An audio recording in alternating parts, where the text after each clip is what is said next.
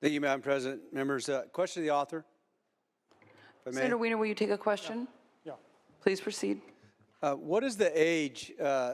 What's the age of this that you can actually make that decision? What is the age? We're trying to find it here in the text. So, Please proceed. thank you. You know, it's really interesting, with all respect to my colleagues on the other side of the aisle who are frankly debating a different bill. Just some of the gross distortions that we've heard about this bill are just frankly over the top.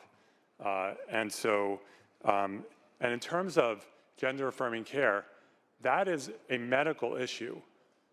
That is a medical issue determined by healthcare providers under standards of professional healthcare, This bill does not write what the medical standards are for gender-affirming care. There are bodies that set those standards. There are peer-reviewed studies, and we can go through, I'm not going to do it today, all the peer-reviewed scientific literature about how gender-affirming care has so many benefits for these trans kids. And so we have ages of consent in California. Parents can also consent, and I think it's also really important to understand what's happening here and what is in this bill, and that is that parents are being criminalized in other states for consenting to health care for their children. So these are children, and the parents are consenting. This whole notion that this is getting between a kid and their parents is bogus. Parents are consenting and then being told you're a felon for consenting to that gender-affirming care for your trans child. Thank Senator you, Dahle. Madam President. I didn't hear an answer in that other than the fact that there is no age, basically. The age can be determined by a panel of people or some scientific data that's out there.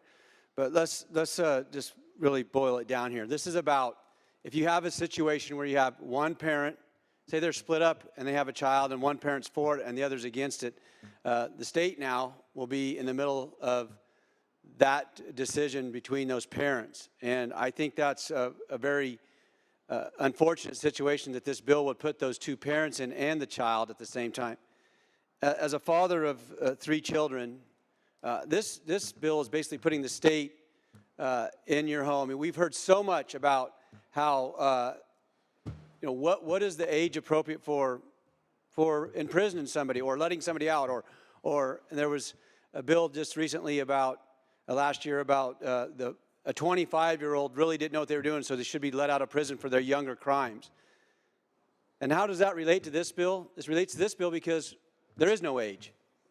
Apparently, there's no age that you can do gender-affirming treatments on a child where the parents may disagree on that.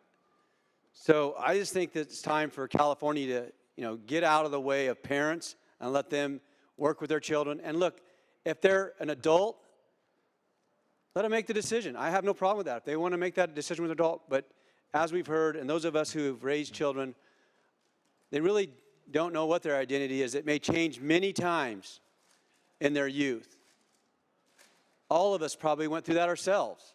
I know certainly I did, in trying to figure out what my values were going to be and what the future looked like for me. And it changed many times, and it will in my children's lives. And as a parent, I want to come alongside them. I don't want to be divided up by split homes or the government deciding who's going to do what with my child. So for those reasons, I oppose SB 107.